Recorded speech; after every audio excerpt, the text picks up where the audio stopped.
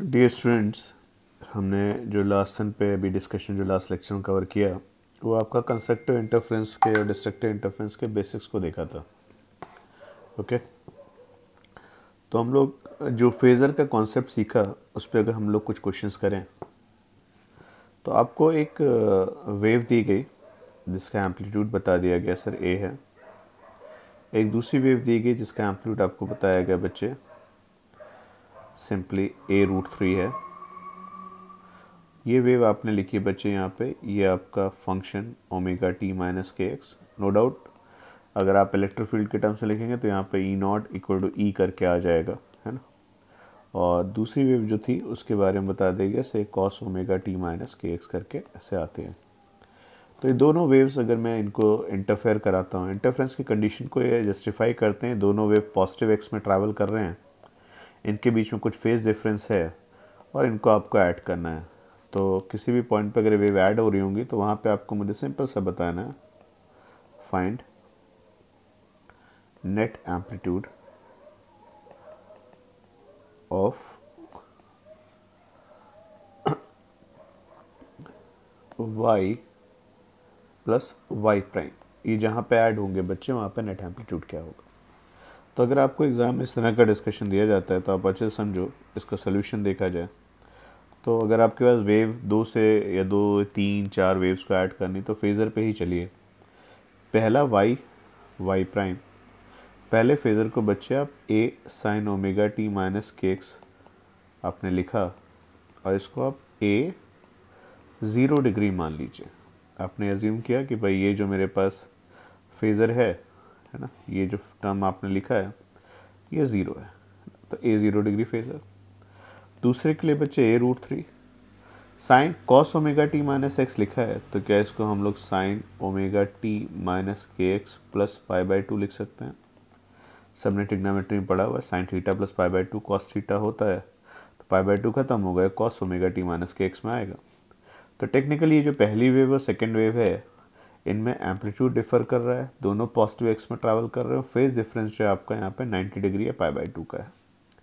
तो आपको बहुत अच्छे से क्लियर है कि अगर मैं फेज़र के टर्म में पढ़ूँ तो मेरे पास एक एम्पलीट्यूड फेज़र ए है, दूसरा एम्पलीट्यूड बच्चे उससे a√3 से लीड करता हुआ है, और अगर मैं इनका रिजल्टेंट ड्रॉ करता हूँ तो a और a√3 का रिजल्टेंट जो आना चाहिए, नो डाउट हम formula r equal to under root of a² plus b² plus 2ab cos theta भी लिख सकते थे, पर अगर ऐड करेंगे तो a और a√3 के हिसाब से आपका यहाँ वैल्यू बेटा कितनी आ जाएगी, अंडर रूट ऑफ, अगर मैं इसको a लिखूँ तो पाइथागोरस थ्योरम से a² plus a√3 whole square 3a², 4a² का रूट लिखा आपने और ये वैल्यू 2a आ गई। क्लियर, ये एम्पलीट्यूड है। अगर ट्रिग्नोमेट्री में देखोगे तो एंगल आपका 60 डिग्री या π/3 आएगा। तो अगर मैं फेज़र के टर्म से बात करूँ तो a 0 डिग्री में आपके पास एक a√3 आपने ऐड किया, और जो a√3 था जिसका एम्पलीट्यूड a√3 था वो कितना एंगल से लीड कर रहा है, 90 डिग्री से, और इनको मिलने से मुझे नया फेज़र मिलता है 2a, और वो कितना एंगल से लीड कर रहा है, 60 डिग्री से और π/3 से।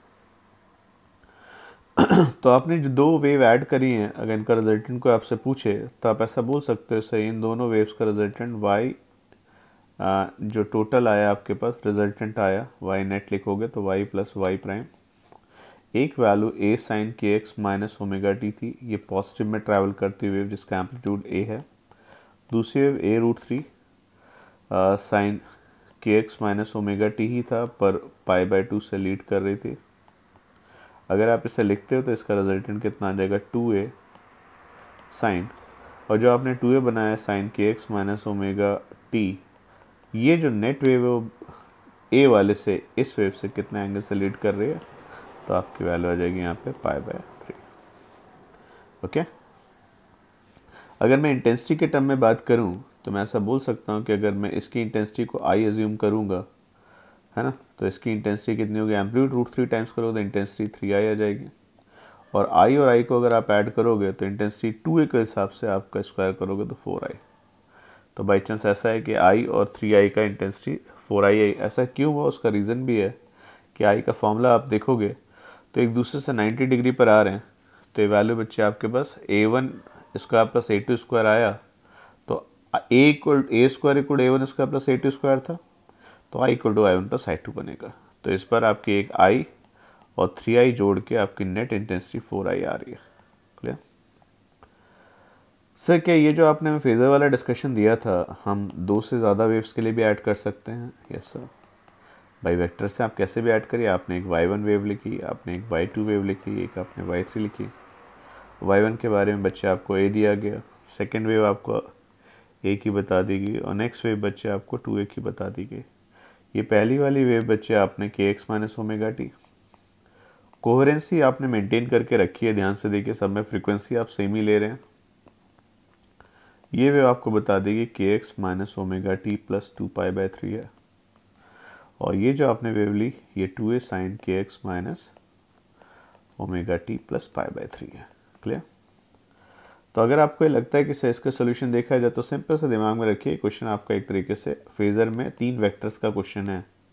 a 0 डिग्री की एक वेव है, सेकेंड जो आपका फेज़र बना वो a2 2π/3 बना और थर्ड जो आपने बनाया वो 2a π/3 ड्रॉ किया। क्लियर? तो उस हिसाब से अगर पूछा जाए नेट y की वैल्यू किसके इक्वल होगी तो आप बोलोगे y1 plus y2 plus y3। अगर आप ये फेज़र ऐड करना चाहते हो तो अच्छे से डायग्राम बनाइए। एक a 0 डिग्री का फेज़र, एक a 2π/3 का फेज़र। क्लियर? 2π/3 मीन्स इससे कितना एंगल पे 120 डिग्री पे। अगर मैं आपसे केवल इतना पूछूं कि सब भूल जाइए, केवल मुझे y1 प्लस y2 ऐड करके बता दीजिए, तो y1 प्लस y2 की वैल्यू सबको सामने सामने दिख रही है, कितनी आएगी? सही है, ए में ए आपने ऐड किया और 120 डिग्री पे लीड कर रहा था तो ये आपका रिजल्टेंट ए और ए का आ गया। ये कितना होगा सर? अगर ये एंगल आपका 60 है और ये दोनों साइड सेम है तो श्योरली इक्विलेटरल ट्रायंगल के हिसाब से ए आ गया। तो y1 प्लस y2 जो वेक्टर बना बच्चे वो आपके पास ए आया 60 डिग्री पे। तो y1 प्लस y2 अगर लिखोगे तो मिल के a π/3 बनेगा। अब आपको a π/3 में एक 2a π/3, अब ध्यान से देखो दोनों तो पैरेलल ही हो गए ना, तो आपका आंसर क्या होगा दोनों को ऐड करके? Sir simple answer sir 3a। 3 wave बच्चे आपने ऐड करी और एंगल कितना आ रहा था आपका 60 डिग्री। तो आंसर को पूछे y1 plus y2 plus y3 की वैल्यू अगर मैं सिंपल वेक्टर फॉर्म की जगह स्केलर फॉर्म मतलब साइन के फॉर्म में लिखूँ तो 3a sine of kx minus omega T plus π/3। Okay, ये डिस्कशन हमारे पास इस तरीके से बना। अब आपसे कोई पूछे कि सर ये जो आप बार बार बोल रहे हैं फेज डिफरेंस है, फेज डिफरेंस आता कैसे है? तो जो नेक्स्ट पॉइंट है हमारे पास वो इस तरीके से है sir, relation between phase difference and path difference. Basically होता है क्या है कि अगर आप दो वेव्स को कंपेयर करते हैं तो एक वेव और दूसरे वेव में थोड़ा सा डिफरेंस आ गया किसी चीज़ का, पाथ का। तो मैं आपसे एक बात पूछूं, हमने बहुत पहले से पॉइंट पढ़ा है कि अगर आप लैम्डा एक्स्ट्रा लें तो इस जगह अगर फाई फेज़ है तो आगे जाके अगर मैं पूछूं तो फेज़ आपका चेंज हो जाएगा, कितना हो जाएगा? तो आप बोलोगे सर यहाँ पे फेज़ हम मान सकते हैं 5 + 2π। तो जब लैम्डा आप मूव करते हैं, लैम्डा डिस्टेंस मूव करने पे जो आपका फेज़ में डिफरेंस प्रोड्यूस होता है वो डेल्टा फाई की वैल्यू 2π होती है। तो यूनिट डिस्टेंस पे फेज़ डिफरेंस कितना प्रोड्यूस होगा? 2π/λ। और अगर मैं अब फेज़ डिफरेंस कुछ λ/10 ले लूँ, λ/6 ले लूँ, λ/5 ले लूँ तो कितना होगा? तो जब यूनिट का पता है तो पार्ट डिफरेंस अगर डेल्टा एक्स लिखा जाए तो डेल्टा एक्स के लिए किसका इक्वल हो जाएगा? 2π/λ इंटू डेल्टा एक्स। तो एक सिंपल सा रिलेशन याद रखिएगा, दो वेव्स जो आपकी एक पॉइंट पे रीच कर रही हैं वहाँ पे जो फाई जिससे हम लिखते थे ना, है ना, फाई, उसे डेल्टा फाई लिख रहे हैं। फेज डिफरेंस इक्वल टू क्या होता है बच्चे? 2π/λ इंटू पाथ डिफरेंस। क्लियर? ये रिलेशन आया आपके पास। तो अगर मैं एक सिंपल सी बात करूँ यहाँ पे कि phase difference equal to 2π/λ into path difference को बच्चे अगर हम लोग देखें तो क्या कॉन्सेप्ट है? जैसे आपने क्या किया यहाँ पर जो थोड़ी देर पहले आपने डायग्राम दिया था, ये आपने स्क्रीन ले ली, ये आपने सामने एक स्क्रीन यहाँ पे बना के रखी थी। यहाँ से आपके पास सबको क्लियर है कि सर अगर मैं यहाँ पे एक सोर्स रखता हूँ तो सोर्स से S1 S2 से मेरे दो सोर्स बनेंगे, दोनों मोनोक्रोमेटिक होंगे। और मैं इस पॉइंट पे डिस्टेंस की बात करता हूँ। इस पॉइंट पे आपकी देखो S और S1 S2 में तो देखो पार्ट डिफरेंस है नहीं। यहाँ पे जो भी फेज़ होगा आपका वो आपका S1 S2 सेम फेज़ में हुए।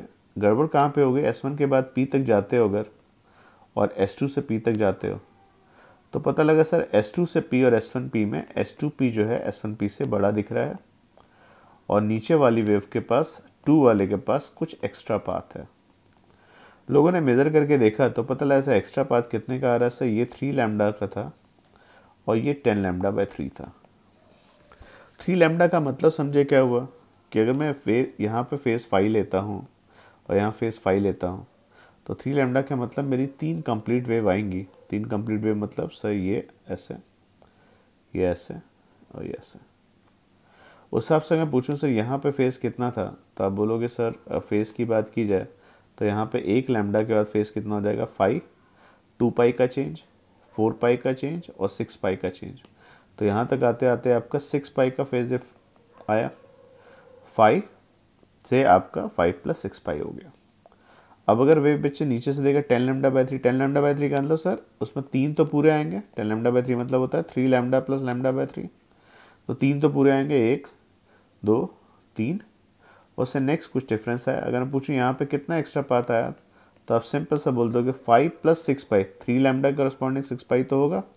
और बिल्कुल देसी भाषा में बात करो, लैम्डा पे अगर 2 पाई होता है तो लैम्डा बाय 3 पे 2 पाई बाय 3। यहाँ जिस जगह पहुँचे हैं यहाँ पे आपके पास एम्पलीट्यूड ऐड होंगे। तो इसका एम्पलीट्यूड बच्चे अगर मैं A1 मान लो, इसका एम्पलीट्यूड A1 A2 मानूँ तो वहाँ पे नेट एम्पलीट्यूड किसका इक्वल हो जाएगा, बोलिए A1 square plus A2 square plus 2A1 A2 cos 5। भाई फेज डिफरेंस कितने का आया तो आप बोलोगे 2 पाई बाय 3, तो cos 2 पाई बाय 3 सबको क्लियर है बच्चे। 2 पाई बाय 3 की वैल्यू किसके इक्वल हो जाएगी, cos 120 degree, cos 120 degree minus 1/2, तो A1 square plus A2 square minus A1 A2, ये आपके एम्पलीट्यूड की वैल्यू आ गई। क्लियर है। सिमिलरली आप इंटेंसिटी भी चाहें तो आप निकाल सकते हैं और आप इस चीज़ को शायद सिंपल से निकाल सकते थे। अगर देखा जाए एक और ट्रिक अगर यहाँ पे मैं एक छोटे से बॉक्स में लिखूँ तो भाई तुम देखो एक वेव कितना ट्रैवल कर रहा है 3 लैम्डा, ये कितना कर रहा है 10 लैम्डा बाय 3। तो जो एक्स्ट्रा पाथ होगा उसकी वैल्यू अगर पूछी जाए तो कितनी होगी लैम्डा बाय 3। तो पाथ डिफरेंस की वैल्यू किसके इक्वल होती है 2 pi by lambda into phase difference की वैल्यू जो आएगी यहाँ पर डेल्टा फाई जिसे बोलते हैं, जिससे जो एंगल आता है हमारे फेजर्स के डिफरेंस का 2 pi by lambda into lambda by 3, lambda cancel और डायरेक्टली बोल सकते थे 2 पाई बाय 3 का फेज डिफरेंस है 120 डिग्री पर है। हम उसको चाहें तो फेजर से सॉल्व कर सकते थे। क्लियर। तो सिंपल सा डिस्कशन आता है। मैं बात करूँ YDSC की, YDSC आपका एक बहुत पुराना सेटअप है। अप्रॉक्सीमेटली आज हम जिस साल में बैठे हुए हैं उससे करीब 200 साल पीछे जाना पड़ेगा, 1800 के आसपास की बातें हैं। लेकिन ये पहला एक्सपेरिमेंट था जिसने प्रूव किया था कि सर हमारे पास जो लाइट है वो वेव होती है। तो कुछ इस तरीके से था कि आपने यहाँ बच्चे एक प्लेन लिया,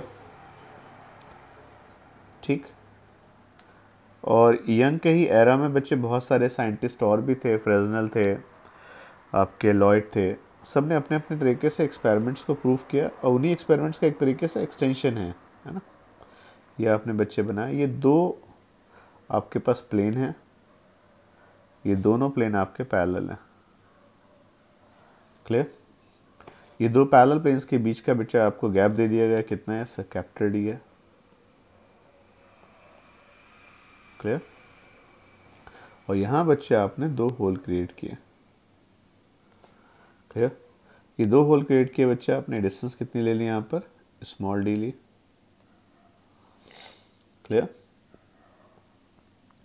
और इसके बिल्कुल बीच में बच्चे आपने सिमेट्री से, ये बेसिक सेटअप है, हम बाद में इसमें कुछ मॉडिफिकेशंस करेंगे, ये आ गया। ये जो एस था वो मोनोक्रोमेटिक सोर्स था। मोनोक्रोमेटिक लेने का रीज़न सबको क्लियर है कैसा है। सब मोनोक्रोमेटिक है तो एक डिस्टर्बेंस आपका बच्चे यहाँ से चलेगा। ये डिस्टर्बेंस अगर मैं ऐसे शो करूँ तो डिस्टर्बेंस आपका इन दोनों सोर्सेज पे पहुँचेगा, ठीक। और उसके बाद बच्चे आपका स्क्रीन पे जब आप देखोगे तो सर इस तरीके से आपको मैक्सिमास मिनिमास, जिनको ब्राइट डार्क बोलते हैं, मान लीजिए ये ब्राइट थे और पिंक कलर से आपने यहाँ पे डार्क शो कर दिया। ये ऐसे आते हैं। ये जो बिल्कुल बीच में आता है बच्चे, अगर मैं पॉइंट देखूं, बिल्कुल सिमेट्रिकली जो पॉइंट आता है, ये जो आता है, इस पर्टिकुलर लाइन को हम लोग क्या बोलते हैं, सेंट्रल राइट। मैं आपको आगे एक्सप्लेन भी करूंगा। तो जो डाटा हमारे पास रेडी हुए हैं वो लैम्डा, स्मॉल डी और कैपिटल डी।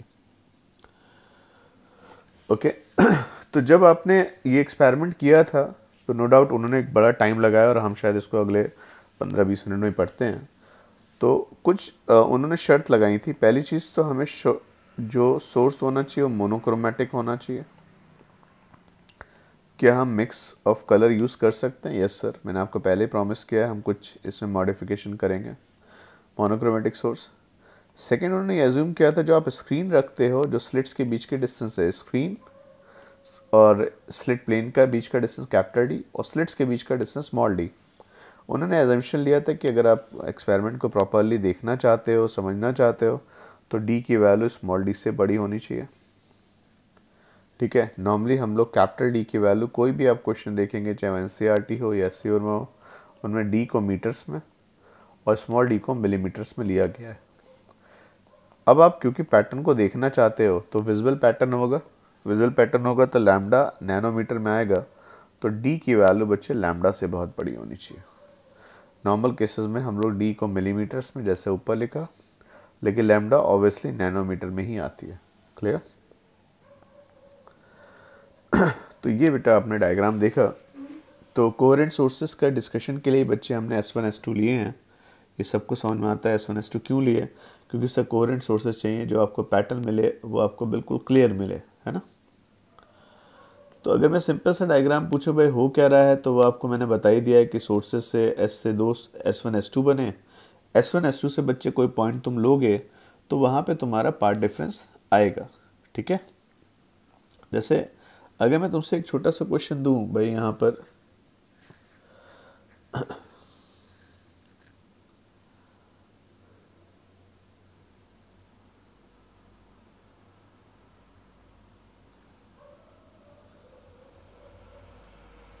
क्या आपने सोर्सेज बेटा लिए हैं, यहाँ पर आपको एक सिंपल सा जो क्वेश्चन किया उसको मैं फिर से एक बार आपको दूं, एक बार समझना कि भाई आपने ये एक प्लेन लिया, दिख रहा है, ये आपका प्लेन, यहाँ पे ये वाला प्लेन आ गया। ठीक, इस प्लेन में बच्चे आपने दो छोटे छोटे से पेन होल कर दिए। यहाँ बच्चे आपने दो पेन होल किए, ये एक आ गया, एक ही आ गया। ठीक, डन। सामने आपने दूसरा प्लेन लिया जो कि उसके एग्जैक्टली पैरेलल बनाया बच्चे आपने ऐसे। क्लियर? और ये डिस्टेंस आपने कैपिटल डी ली। मेरी बात को फिर से समझना, सुनना, समझना अच्छे से। अब मैं आप क्या क्या करता हूँ यहाँ पर कि ये आपके पास सेंट्रल लाइन आ गई बच्चे। सेंट्रल लाइन को मैंने यहाँ पे शो किया। ठीक, आप चाहें तो ऐसे शो कर सकते हैं। सर ये बस से शो करने के लिए, इसका मतलब कुछ नहीं है, सिमेट्री लाइन है, बस इसका यही पर्पस है। क्लियर? यहाँ बच्चे मैं एक सोर्स रखता हूँ, S1 आ गया, S2 आ गया। आपने दोनों सोर्सेस से जो लाइट पास कराई है, इससे बच्चे 9i आ रही थी, इससे आपकी 6i आ रही थी, या 16i मान लिया आपने, ना। तो आपसे क्वेश्चन पूछा गया था भाई ये जो पॉइंट C है जिसको हम सेंट्रल मैक्सिमा बोलते हैं, वहाँ बताइए आपकी इंटेंसिटी क्या होगी। साथ में बच्चे ऊपर आपने एक पॉइंट P लिया, उस पॉइंट P में जो आपकी ऊपर से लाइट जा रही है बच्चे इस साइड पे, यहाँ पे इस तरीके से, और एक 16i से नीचे वाले से जा रही है, दोनों के बीच का डिफरेंस दे दिया गया। ये बच्चे आपने बता दिया सर कितना है, 5 लैम्डा है, ये कितना है, 21 लैम्डा बाय 4 है। क्लियर? तो ऊपर वाला 5 लैम्डा चलता है, नीचे वाला 21 लैम्डा बाय 4 चलता है, थोड़ा एक्स्ट्रा चला। और ऐसे पॉइंट बच्चे आपने यहाँ पे B लिया है ना, ये पॉइंट B लेते हैं, और B में क्या पता लगा कि यहाँ से जो लाइट आ रही है और यहाँ से जो लाइट आ रही है, अब नीचे वाला कम चल रहा था, नीचे वाला बच्चे कितना चल रहा था आपका, ऊपर वाली वेव कितना चलती है आपकी, सही ये 3 लैम्डा चलता है, और ये 10 लैम्डा बाय 3 चलता है। क्लियर? तो अगर ये सोर्सेस हैं तो आपको बताइए पॉइंट P, पॉइंट C और पॉइंट बी पे इंटेंसिटी की वैल्यू क्या होगी, है ना। शर्तें सारी बेटा आपने फॉलो करी, डी की वैल्यू स्मॉल डी से, स्मॉल डी की वैल्यू लैम्डा से बड़ी होनी चाहिए। तो देखा जब भाई यहाँ पे क्या डिस्कशन आता है कि मैं तुझसे पूछूं पॉइंट पी, पॉइंट सी और पॉइंट बी पे पाथ डिफरेंस कितना है, तो आप पॉइंट सी के लिए तो बहुत ही आराम से बोल सकते हैं दोनों वे बराबर चलेंगे, तो पॉइंट सी पे पाथ डिफरेंस की वैल्यू 0 थी। पॉइंट पी पे एक 5 लैम्डा चलता है और एक 21 लैम्डा बाय 4 चलता है, तो डिफरेंस किसका हो जाएगा, लैम्डा बाय 4 पर।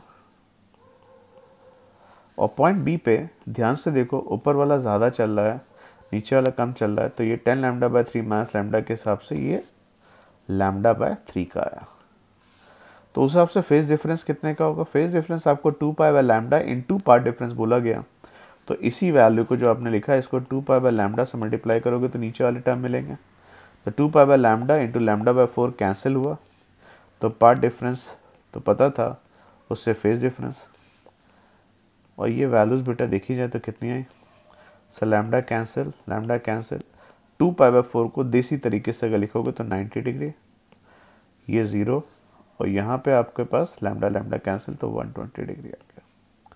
नेट इंटेंसिटी का फॉर्मूला बच्चे सबको क्लियर है क्या होगा, अगर आप फेजर के टर्म में पढ़ोगे भी या इंटेंसिटी के टर्म में पढ़ो तो नेट इंटेंसिटी का फॉर्मूला सबको पढ़ाया गया, क्या होता है, I1 plus I2 plus 2 under root I1 I2 cos phi. तो जब फाई पता है तो आप इंटेंसिटी एट P निकाल सकते हैं, इंटेंसिटी एट C निकाल सकते हैं, इंटेंसिटी एट B निकाल सकते हैं। इंटेंसिटी एट P कितना होगा, तो दोनों सोर्सेज की इंटेंसिटी बच्चे आपको दी गई है, एक 9i है, एक 16i है, 2 रूट 9i लिखोगे तो 3 रूट i आएगा, रूट्स 4 16i लिखोगे तो रूट 4i आएगा, और पॉइंट P पे अगर पूछा जाए तो यहाँ पे cos 90 आ रहा था, इसको बेटा cos 90 इसको ख़त्म कर देगा, ये वैल्यू फिनिश हो गई, है ना, ख़त्म। तो आपका आंसर कितना आ गया सर, यहाँ पे इंटेंसिटी सिंपल 25i आएगी। सर पॉइंट सी पे इंटेंसिटी कितनी होगी, तो 9i आएगा बच्चे, 16i आएगा, 2 3 रूट 3 आया, 4 रूट आया, और जहाँ पे 90 था उस जगह बच्चे 0 आ रहा है तो cos 0 आ गया, क्लियर। तो आपके पास वैल्यू बच्चे कितनी, cos 0 1 हो गया, 3 और 4 मिलकर कितना होगा 12, 12 और 2 24, और आप ऐड करोगे तो 49 आई। मैक्सिमम इंटेंसिटी बेटा सी पे आएगी, रीज़न क्योंकि यहाँ कंस्ट्रक्टिव इंटरफेरेंस बेस्ट मिल रहा है, सबसे अच्छे से वेक्टर ऐड हो रहे हैं यहाँ पर, क्लियर, ये मैक्सिमम इंटेंसिटी होगी। पॉइंट बी पे इंटेंसिटी क्या होगी सर, 9i होगा, 16i होगा, plus 2 3 root i 4 root i, और cos की बात की जाए तो cos 120 जो कि -1/2 होगा, -1/2 टर्म कैंसिल हुआ बच्चे यहाँ पर, तो आपका रिलेशन क्या आ गया, 9i और 16i कितना हो गया 25i माइनस 12i, तो इस पॉइंट पे इंटेंसिटी बेटा कितनी होगी 13i। तो आपको नहीं लगता है कि बेटा ये जो चीज़ें हैं बड़ी अलग तरह की, 9i और 16i जो है तुम्हारा यहाँ पे 49i दे रहा है, पॉइंट P पे 25i दे रहा है ना, अलग अलग चीज़ें आ रही ना, यहाँ कितना दे रहा है सर, यहाँ पे तो सर गज़ब ही ऐड हो रहा है सर, 49i आ रहा है, यहाँ कितना ऐड हो रहा है सर 25 आ रहा है, नीचे कितना आ रहा है 13i आ रहा है। तो ये चीज़ तो बच्चे पार्टिकल में तो नहीं मिलने की, ये चीज़ आपकी किस में आएगी सर, वेव में। और सीधी सी बात है अब चीज़ें जैसे मिलनी शुरू होंगी कि भाई आप यहाँ से कोई डिस्टर्बेंस दे रहे थे, वो डिस्टर्बेंस आपका S1 S2 पे पहुँचता है, एक वेवफ्रंट का हर पॉइंट सोर्स की तरह होता है, अब यहाँ से डिस्टर्बेंस बच्चे आपके ग्रो करेंगे, क्लियर। ये डिस्टर्बेंस ग्रो करके यहाँ पे जब पहुँचेंगे तो P पे कंस्ट्रक्टिव, सॉरी C पे कंस्ट्रक्टिव आ रहा है, और ऐसा नहीं केवल एक ही एंगल होता है 0 और 180 डिग्री, आपके बाकी एंगल्स भी बन सकते हैं, उसके अकॉर्डिंग आपका आंसर बनेगा, ओके। तो ये क्लियर है बेटा आपका। अगर मैं इस क्वेश्चन में यही पूछता कि 9i और 16i का अगर मैक्सिमम मिनिमम का रेशियो बताइए तो मैक्सिमम मिनिमम भी निकाल पाते हैं ना, मैक्सिमम कितना होता बच्चे अगर मैं इसी क्वेश्चन में पूछता, और मिनिमम कितना होता, तो हमने पढ़ा हुआ है मैक्सिमम कितना आता है √i1 प्लस √i2 का होल स्क्वायर, और मिनिमम आता है √i1 माइनस √i2 का होल स्क्वायर। तो अगर मैं पूछूं तो root I one plus root I two का होल स्क्वायर कितना हो जाएगा, 3 root I plus 4 root I, तो ये 49 आया था। 3 root I plus 4 root I का होल स्क्वायर, और नीचे यही वैल्यू सब्ट्रैक्ट होगी तो रूट आई का होल स्क्वायर, तो आपका आंसर 49:1। तो मैक्सिमम मिनिमम का रेशियो जो होगा बच्चे आपका ये आता है। डन। अब डिस्कशन आया बेटा यहाँ पे कि अब आपको शायद ये भी क्लियर हो जाएगा कि हम दोनों सोर्सेज सेम इंटेंसिटी के ही क्यों लेते हैं। हम क्यों चाहते हैं कि सर S1 और S2 को उनमें ऐसे होल क्रिएट करें कि भाई जो एनर्जी पास हो वो सेम होनी चाहिए, ऐसा नहीं एक को बड़ा छोटा बनाया। सर अगर आप दोनों सोर्स आई इंटेंसिटी के लेते हो तो एक बेनिफिट क्या मिलता है, डार्क बहुत अच्छा मिलेगा आपको, है ना। सर डार्क वो पॉइंट होगा जहाँ पे दोनों परफेक्ट कैंसिल होंगे, यहाँ पे इंटेंसिटी 0 होगी, कैंसिल हो गए ना। और ब्राइट पे क्या होगा, intensity root I plus root I का होल स्क्वायर, तो 4i आएगा, यहाँ इंटेंसिटी 4i आएगी, ठीक है ना। अगर आप इनको अलग अलग कलर के लेते हो तो परफेक्ट 0 तो नहीं मिलता, तो ये एक कंट्रास्ट के टर्म में ये एक बेटर ऑप्शन है कि जहाँ पे लाइट गायब है वहाँ गायब है, जहाँ पे है वहाँ पे ज़्यादा दिख रही है। ऐसा नहीं कि डार्क आपका परफेक्ट डार्क नहीं है। और अगर कोई पूछे से इंटेंसिटी का ग्राफ बना के दिखाइए तो बहुत सिंपल सा है बच्चे, ऐसे इंटेंसिटी मैक्सिमम से मिनिमम, मैक्सिमम से मिनिमम, कई सारे आपको मैक्सिमा और कई सारे आपको मिनिमा मिलते हैं, है ना। जितने मैक्सिमा होंगे वो सारे 4i 4i 4i के, और जितने मिनिमाज होंगे वहाँ तो लाइट गायब ही हो जानी है, लाइट की ऐसी लड़ाई हुई कि सब खत्म। क्लियर। तो अब हमने जितनी जिससे बोलते हैं रेसिपी तैयार कर ली है कि भाई अब हमें YDSE पढ़ना है, तो YDSE का सबसे बढ़िया जो डिस्कशन आता है हमें उसका फ्रिंज विड्थ देखना होता है। मैं आपको भी एक्सप्लेन करूँगा फ्रिंज विड्थ क्या होता है। क्लियर। उसका पैटर्न कैसा आता है, और एग्ज़ाम में हम लोग इसको किस लिए यूज़ करते हैं, जो लाइट आप मोनोक्रोमेटिक यूज़ कर रहे हैं उसका वेवलेंथ निकालने के लिए, डिटर्मिनेशन ऑफ वेवलेंथ।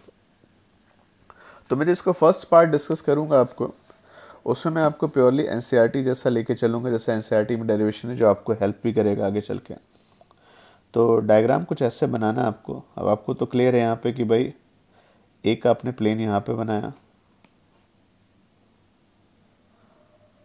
क्या एक प्लेन आपने यहाँ पे बनाया, क्लियर। इससे परपेंडिकुलर बच्चे आपने एक लाइन ड्रॉ कर दी यहाँ पर, है ना। ये लाइन जो आपकी आती है सिमेट्री लाइन होती है, सेंट्रल मैक्सिमा वाली लाइन है, ये मैं आपको एक्सप्लेन करूँगा। ये आपको डॉट से शो कर दिया कि भाई ठीक है। अब यहाँ पे बच्चे आपने दो सोर्स लिए, दो सोर्स कौन से क्लियर है, ये आपका S1 आ गया, S2 आ गया, S1 S2। और मैं ये मान के चलता बच्चे कि भाई आपके पास जो सोर्स है वो यहाँ पे सिमेट्री में रखा हुआ है। तो जब वेव बच्चे आएगी यहाँ पे पॉइंट P लेते हैं, तो पॉइंट P पे क्या होगा, तो देखा जाए जो डिस्टर्बेंस बच्चे आपका यहाँ से पहुँचेगा वो कितना ट्रैवल करेगा, S1P। जो नीचे से डिस्टर्बेंस चलेगा वो कितना ट्रैवल करेगा, तो आप बोलोगे S2P। क्लियर। और ये पॉइंट आपने यहाँ से कितने डिस्टेंस पे लिया, 5 डिस्टेंस पे, ठीक है। अब आपसे मैं एक छोटी सी बात पूछूं, क्या आपको यहाँ पे दो राइट ट्रायंगल दिख सकते हैं। तो एक बच्चे ने कहा सर दो राइट ट्रायंगल तो मुझे दिख रहे हैं, एक यहाँ पे आ गया एक नीचे आ गया, ठीक। ये जो दो राइट ट्रायंगल लिए बच्चे और आपने सिमेट्री ली थी, तो अभी थोड़ी देर पहले ये डिस्टेंस आपने d बोली थी, तो अपने आप ये d/2 और ये d/2 आ गया, तो ये कैपिटल D है। क्या आपको लगता है S1P की वैल्यू आप यहाँ पे सॉल्व कर सकते हैं। यस सर, मुझे लगता है S1P होल स्क्वायर किसके इक्वल होगा, जरा पाइथागोरस थ्योरम लगाओ। ये कैपिटल D है, दिख रहा है, ये कैपिटल D है, और ये ऊपर वाली वैल्यू कितनी है बच्चे, पूरा y उसमें से d/2 हटा दो, तो ये वाली हाइट हो जाएगी y माइनस d/2 और ये d। तो S1P होल स्क्वायर किसके इक्वल हो जाएगा बच्चे, d square plus y minus d/2 whole square. और कोई पूछे सिमिलरली S2P होल स्क्वायर किसके इक्वल होगा, तो S2P होल स्क्वायर किसके इक्वल होगा बच्चे, d स्क्वायर प्लस, अब जरा देखिएगा ये बड़ा वाला पाइथागोरस में ट्रायंगल देखो भाई, ये आ गया आपके पास, तो ये तो कैपिटल D रहेगा, ये पूरा y था और उसमें d/2 और ऐड करे तो पूरी साइड आ गई ना, दिख रही है? ये पूरी साइड y प्लस d/2 की होगी, वेट कैपिटल D। तो s2p होल स्क्वायर को पूछे कितना होगा, तो d square plus y plus d/2 whole square. Clear? अभी सबको क्लियर है कि भाई पार्ट डिफरेंस कितना होगा? तो जिस पॉइंट पे आप डिस्कशन कर रहे हो वहाँ पे पार्ट डिफरेंस की वैल्यू बताइए क्या बनेगी, तो आप बोलोगे पार्ट डिफरेंस टेक्निकली होगा s2p माइनस s1p। मैं भी एग्री करता हूँ, साफ साफ दिख रहा है। और ये वैल्यू पता लग गया तो हम बता ही देंगे यहाँ पे क्या होने वाला, पर ये तो वेरिएबल्स के टर्म में y ऊपर नीचे जाएगा तो s2p s1p की वैल्यूज भी चेंज होंगी। यहाँ पहुँचोगे तो आपका आंसर कुछ और आएगा। तो s2p माइनस s1p बेटा पूछा जाए तो क्या डिस्कशन बनता है?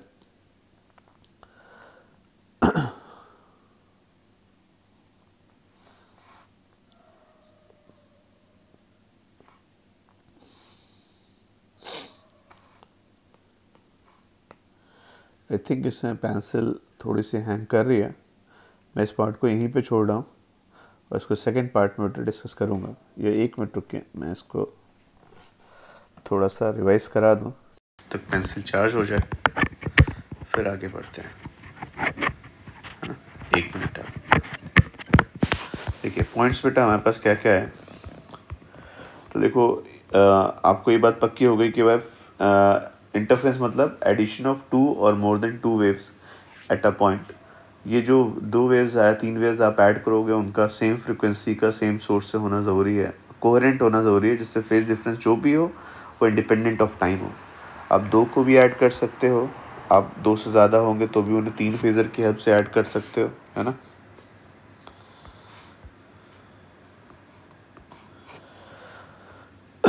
फेज डिफरेंस और पार्ट डिफरेंस का रिलेशन बताया। लैम्डा आगे चलने पे, लैम्डा स्टेप आगे चलने पे अगर आपका रिलेशन बच्चे ऐसा आप लिखते हो कि x माइनस ओमेगा टी के टर्म में, और उसमें आप उसको आगे लेके जाते हो तो आपका फेज एक्स्ट्रा हो जाता है कितने से, 2 पाई का।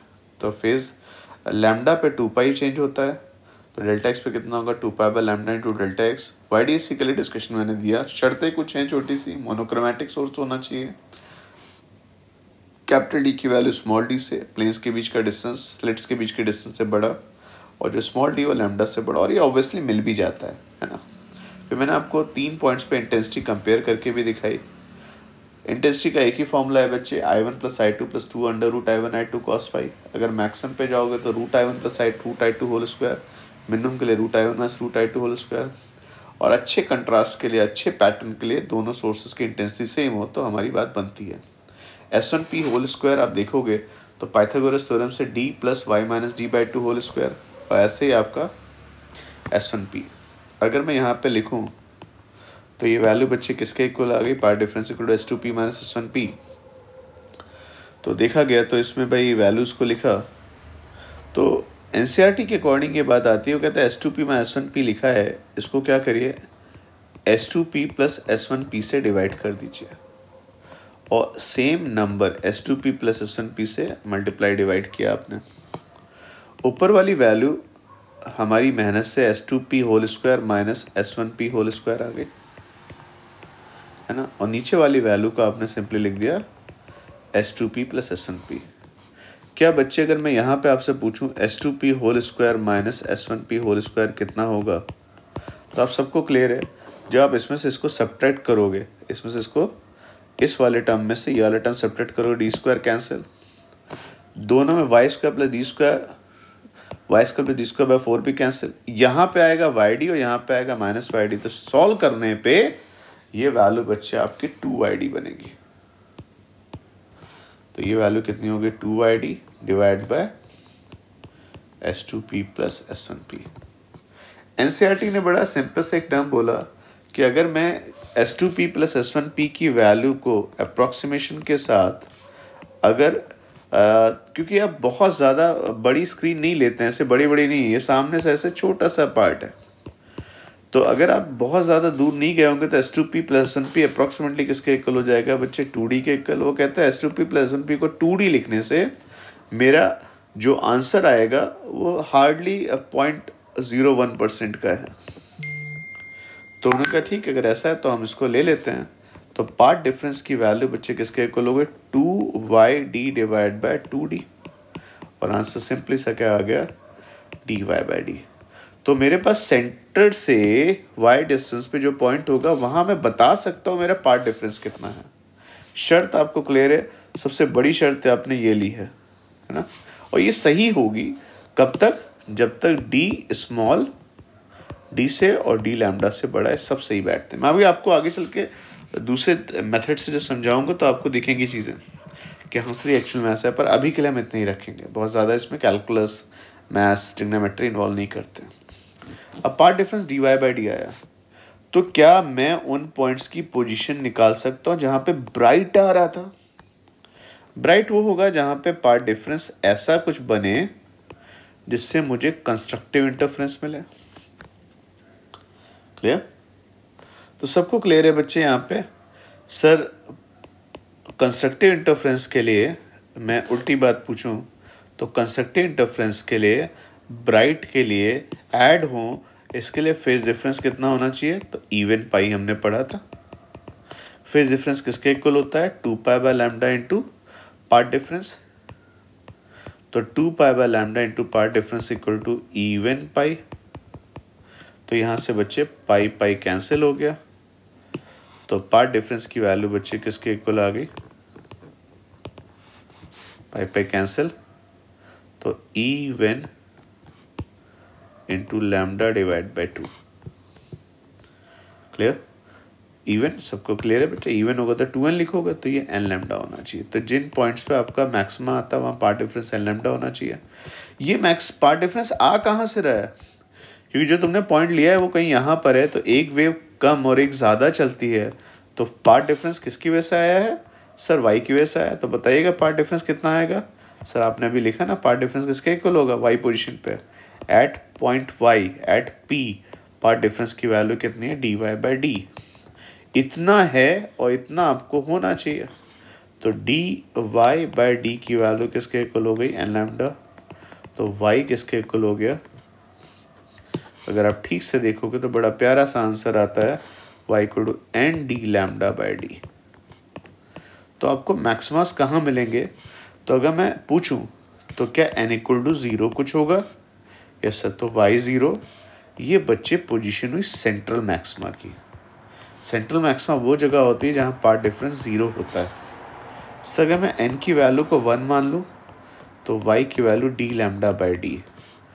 सेंट्रल को मैं 0 जैसे ट्रीट करूँ तो ये मेरा फर्स्ट मैक्सिमा है। फर्स्ट मैक्सिमा पे पार्ट डिफरेंस कितना होना चाहिए, लैम्डा। n इक्वल टू 2 लिखूँगा तो y की वैल्यू कितनी आ जाएगी, 2d लैम्डा बाई डी। ये मेरे पास सेकेंड मैक्सिमा है। उसी पैटर्न पे वॉल पे आगे बढ़ते जा रहे हैं, वो जगह जहाँ पार्ट डिफरेंस 2 लैम्डा है। सर n इक्वल टू 3 हो सकता है, y equal to 3d lambda by D होगा। सो ये मेरा पास थर्ड मैक्सिमा होगा और यहाँ पार्ट डिफरेंस की वैल्यू 3 लैम्डा आएगी। क्लियर? तो अब आप अच्छे से देखो कि सेंट्रल मैक्सिमा और फर्स्ट मैक्सिमा के बीच का गैप क्या है।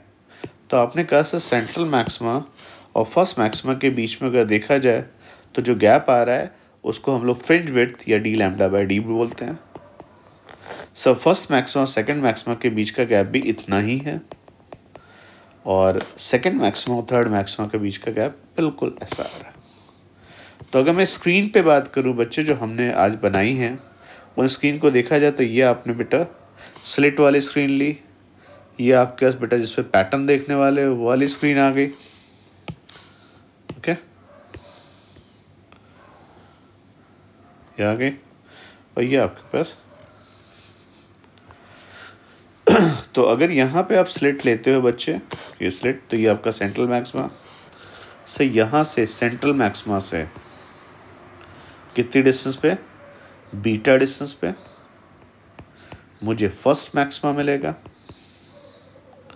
यहाँ से सेम डिस्टेंस पे मुझे सेकंड मैक्सिमा मिलेगा।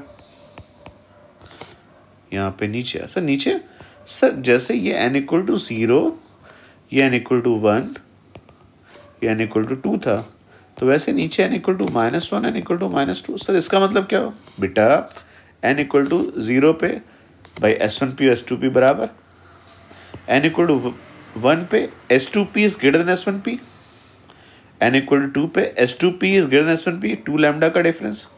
पर नीचे वाले पॉइंट जरा ध्यान से देखो कौन से होंगे सर, ये वो पॉइंट होंगे जहां पे कौन बड़ा हुआ, यहाँ पे S1P बड़ा हुआ था। S2P माइनस S1P की वैल्यू अगर लिखोगे तो कायदे से माइनस लैम्डा आ जाएगा। इसको ठीक से देखो तो ये कह रहा है कि S1P जो है S2P से बड़ा है, S1P की वैल्यू S2P से लैम्डा ज़्यादा है। तो सर ऊपर जो n इक्वल टू 0 1 2 3 लिखे, लाइन के नीचे जाओगे तो n equal to -1, n equal to -2, n equal to -3। तो सर फर्स्ट मैक्सिमा 2 होंगे, एक लाइन से ऊपर बीटा, एक लाइन से बीटा नीचे। इसको भी हम टेक्निकली फर्स्ट मैक्सिमा ही बोलेंगे। क्लियर? तो अगर कोई पूछे फ्रिंज विड्थ कैसे डिफाइन करोगे, तो fringe width is the difference और distance between two consecutive brights. इसका मतलब एक n+1th और nth के बीच का जो गैप आता है, n+1th कहाँ पे होगा, सो होगा n+1 d lambda by D पे, और n कहाँ पे होगा तो n d lambda by D पे। सब्ट्रैक्ट करोगे d lambda by D is the fringe width. अब बात आती है सर हम स्कूल में इस एक्सपेरिमेंट से निकालते क्या हैं, तो आप मेरी बात समझिए, मैंने पैटर्न दिखाया था आपको अगर एक्सपेरिमेंटली आप दो जो मैक्सिमाज हैं उनके बीच का गैप निकाल सकते हैं,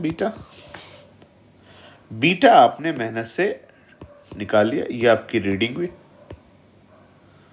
क्लियर? स्मॉल डी आपने बच्चे सॉल्व कर लिया, कैपिटल डी सॉल्व कर लिया, पर लैम्डा तो नहीं दिखता है ना। तो अगर तुम बीटा डी लैम्डी निकाल चुके हो तो बीटा तो डी लैम्डा बाय डी हुआ ना, तो लैम्डा किसके इक्वल हो गया, beta D divide by capital D.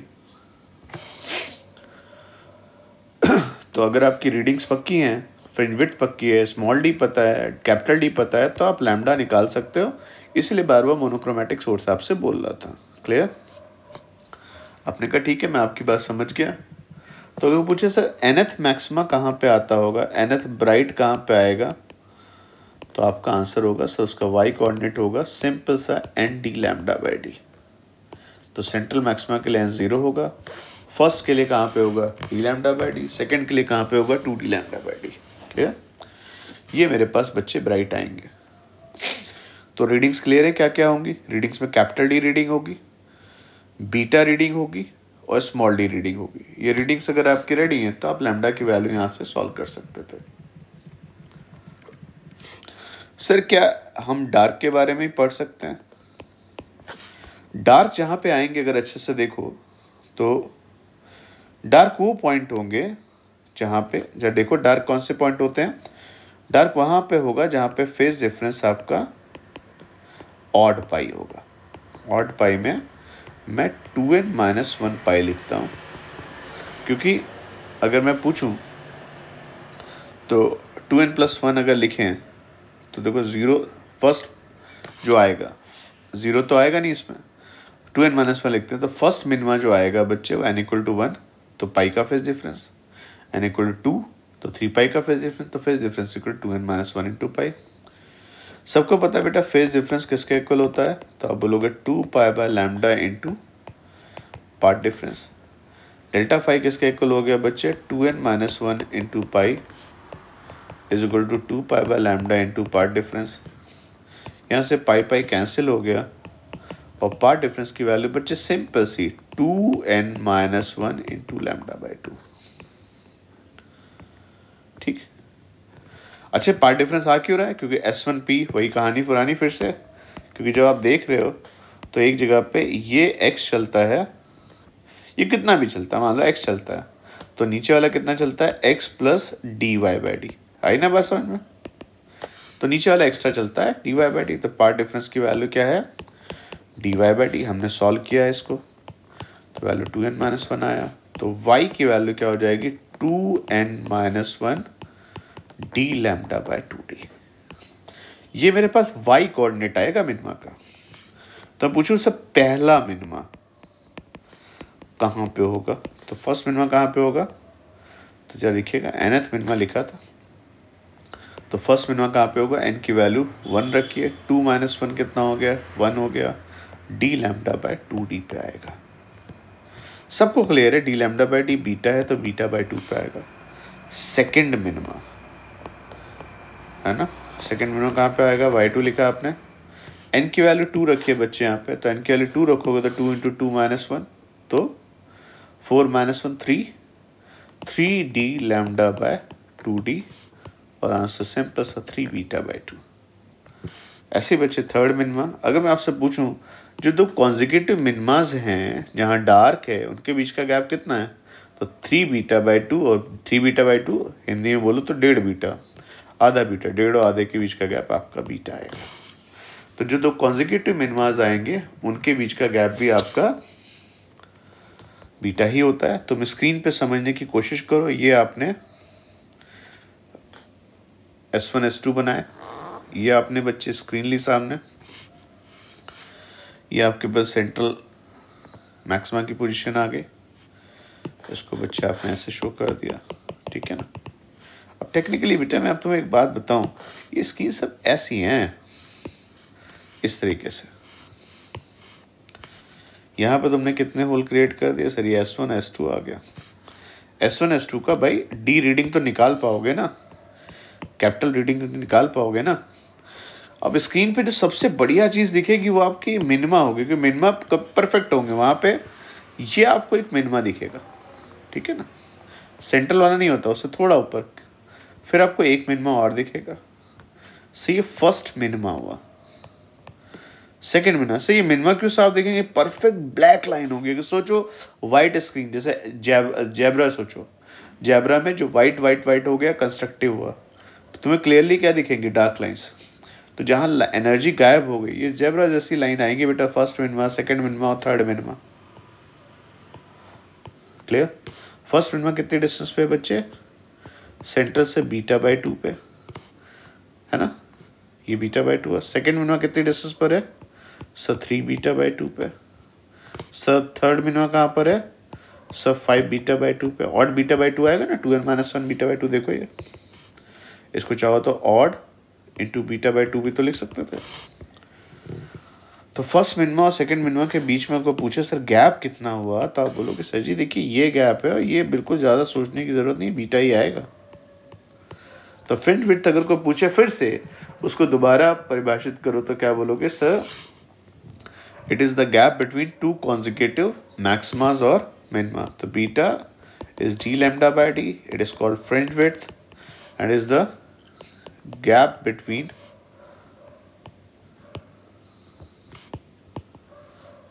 two consecutive brights जिनको हम कंस्ट्रक्टिव इंटरफेरेंस और डार्क्स ऐसा आता है। ओके, तो ये डिस्कशन आता है बेटा आपका YDSC का, जो कि हमने जैसा NCERT में दिया उस डेरिवेशन को ही हमने फॉलो करके देखा। तो हमें क्वेश्चन दिया गया सिंपल सा, यहाँ पे ये अपने स्क्रीन बनाई बेटा, यहाँ पर S1 S2 का प्लेन आ गया सामने। आपने जिस स्क्रीन पे पैटर्न देखते हैं ये आ गया आपके पास। डाटा बेटा आपको दे दिया गया, यहाँ पे कैपिटल डी की वैल्यू 2 मीटर है ना। ये जो आपने दो छोटे छोटे से होल किए बेटा, इनके बीच का S1 S2 के बीच का गैप आपको बता दिएगा कितना है, यहाँ पर 1 मिलीमीटर है।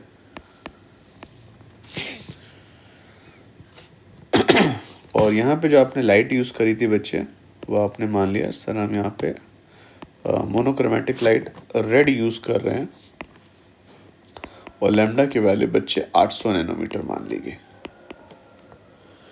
तो क्वेश्चन पूछा गया था भाई अगर ऐसा है और डाटा ये दिया गया कि इसकी इंटेंसिटी आई है, इसकी इंटेंसिटी आई है ना। तो क्वेश्चन में कुछ पॉइंट्स आपसे पूछे गए थे, वो जरा देखे जाए। पहला आपसे पूछा गया था भाई क्या फ्रिंज विड्थ का डिस्कशन एप्लीकेबल है, अगर है तो बीटा बताइए। अगर फ्रिंज विड्थ पता है तो जो 6th मैक्सिमा है उसका y कोऑर्डिनेट बताइए। सर ऐसे 11th मिनिमा का y कोऑर्डिनेट बताइए, है ना। छोटा सा एक पॉइंट था, अगर मैं y equal to beta by 6 point लेता हूँ तो वहाँ पे नेट इंटेंसिटी की वैल्यू बताइए।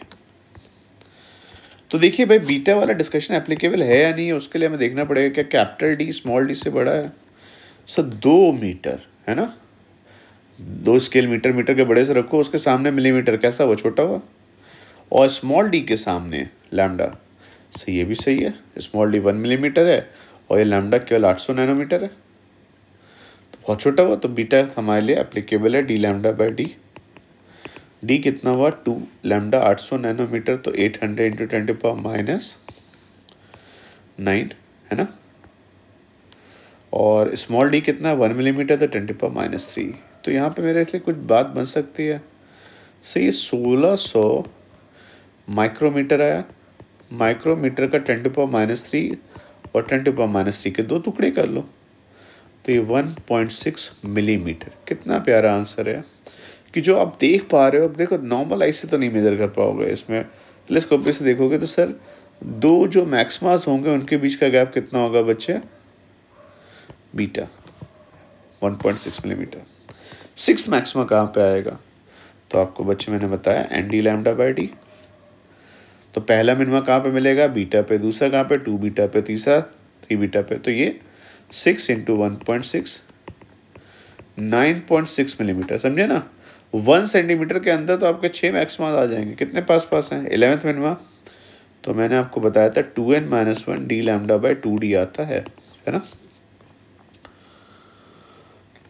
इस वैल्यू को लिखोगे तो 11th है तो 2 इंटू 11-1 तो 21 डिवाइड बाय 2, और डी लैम्डा बाय डी की वैल्यू बच्चे कितनी थी, तो आपने बोल दिया 1.6 मिलीमीटर।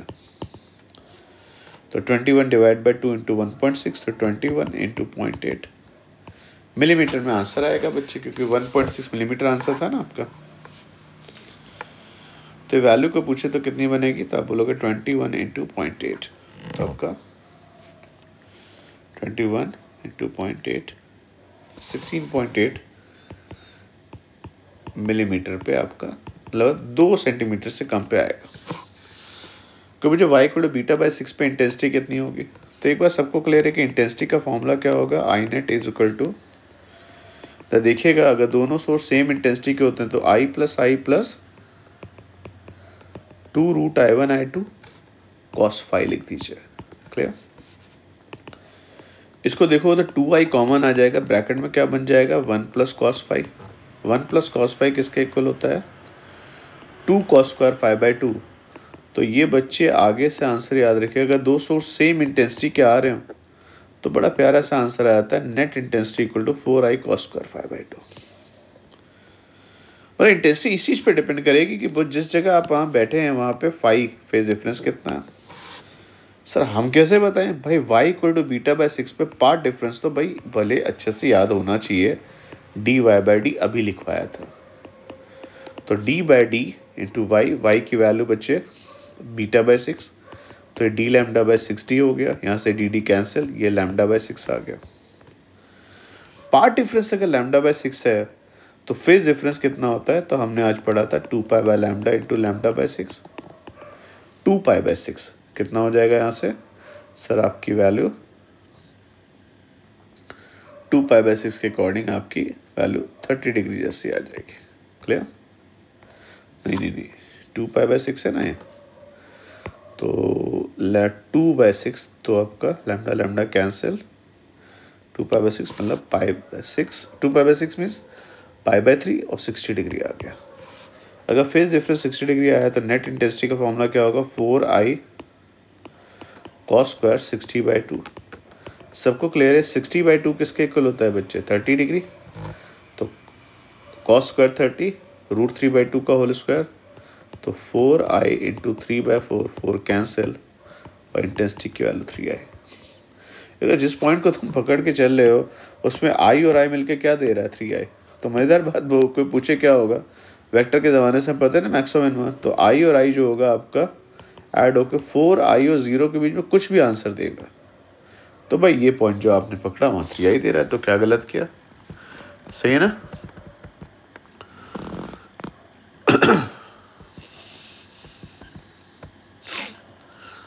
तो ये डिस्कशन आपका आता है यहाँ पर किसके लिए सर, फ्रिंज विड्थ का है।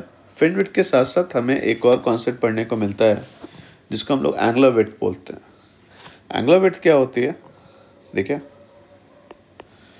ये बच्चे आपने एंगुलर विड्थ पूछी, एंगुलर विड्थ स्पेशली पूछा है कैसे डिफाइन करते हैं, तो ये आपने बच्चे यहाँ पे स्क्रीन ली थी, एक मिनट में इसको ठीक कर दो।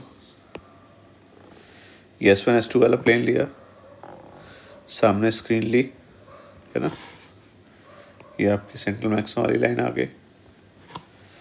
ये आपके अगर S1 S2 थे, देखना अच्छे से, ये S1 ये S2,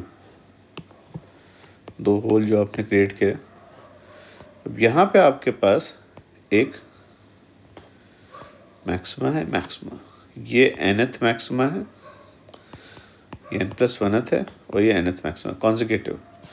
दो कॉन्जिक्यूटिव मैक्सिमास के लिए अगर देखा जाए तो क्या सेंट्रल लाइन पे क्या ये कुछ एंगल सबटेंड कर रहे होंगे? Yes sir. दो सेंट्रल मैक्सिमास को अगर तुम इधर से देखते हो तो तुम्हारा जो एंगल आता है इसको हम लोग क्या बोलते हैं, एंगुलर विड्थ। तो एंगुलर विड्थ किसके इक्वल होगी sir, beta divide by this distance. और ये डिस्टेंस तो बच्चे आपने बिल्कुल राइट ही बना लिया, इसको डी जैसा ले सकते हैं क्योंकि आपके अप्रोक्सीमेशन ऐसे आपने सेटअप ऐसा बनाया कि स्मॉल डी लैम्डा से बहुत बड़ा है, स्मॉल डी डी से बहुत बड़ा है, कैपिटल डी स्मॉल डी से बहुत बड़ा है, डी लैम्डा से बड़ा है, तो ये चलता है। तो थीटा की वैल्यू कितनी हो जाएगी, ये गैप कितना होता है तो बीटा होता है, तो theta equal to beta by d, beta d lambda by d, d से कैंसिल, तो एंगुलर विड्थ की वैल्यू बच्चे लैम्डा बाय डी आती है। तो क्वेश्चन आएगा तो आप बच्चे उसको सॉल्व कर सकते थे, है? तो ये हमारे पास बेसिक सा डिस्कशन आया बेटा। अब आगे चल के हम लोग इसको थोड़ा सा कुछ मॉडिफिकेशन करेंगे, है ना। मॉडिफिकेशन कैसे कर सकते हैं सर, देखो बच्चे ऐसा होता है कि आपने तो ऐसा मान लिया कि सर ये है बीच में ऐसा रखा, हो सकता है सोर्स आप यहाँ रखते हैं पर सोर्स इधर भी तो रख सकते थे। सोर्स अगर नीचे ले गए तो पैटर्न थोड़ा सा शिफ्ट हो जाता है। फिर आप क्या करते हैं सर, दो जो लाइट ली थी आपको वो एक लाइट को मोनोक्रोमेटिक की जगह आपने वहाँ पर 3 लाइट या 2 लाइट मोनोक्रोमेटिक लैम्डा रेड और ब्लू ऐड कर दिया तो उस पैटर्न को पढ़िए। या फिर बीच वाले पूरे स्पेस में पानी भर दिया तो पैटर्न पे क्या फ़र्क पड़ेगा। तो कुछ मॉडिफिकेशंस होंगे जिसपे हमारे क्वेश्चंस और थ्योरी बनती है, वो हम डिस्कस करेंगे। ओके, तो ये हमने YDSE में फ्रिंज विड्थ, है ना, मैंने आपसे कहा था कि हम क्या क्या पॉइंट्स पढ़ेंगे। तो जो पॉइंट्स आए बच्चे हमारे पास वो आए YDSE के, क्या क्या पढ़ना था, लैम्डा क्या होगा, कैसे निकालेंगे, बीटा क्या होगा, हमने साथ साथ एंगुलर विड्थ ही पढ़ी, फ्रिंज विड्थ कैसी होगी, पैटर्न कैसा होगा, डिटर्मिनेशन ऑफ लैम्डा। बाकी न्यूमेरिकल्स मॉडिफिकेशन नेक्स्ट लेक्चर में डिस्कस करेंगे।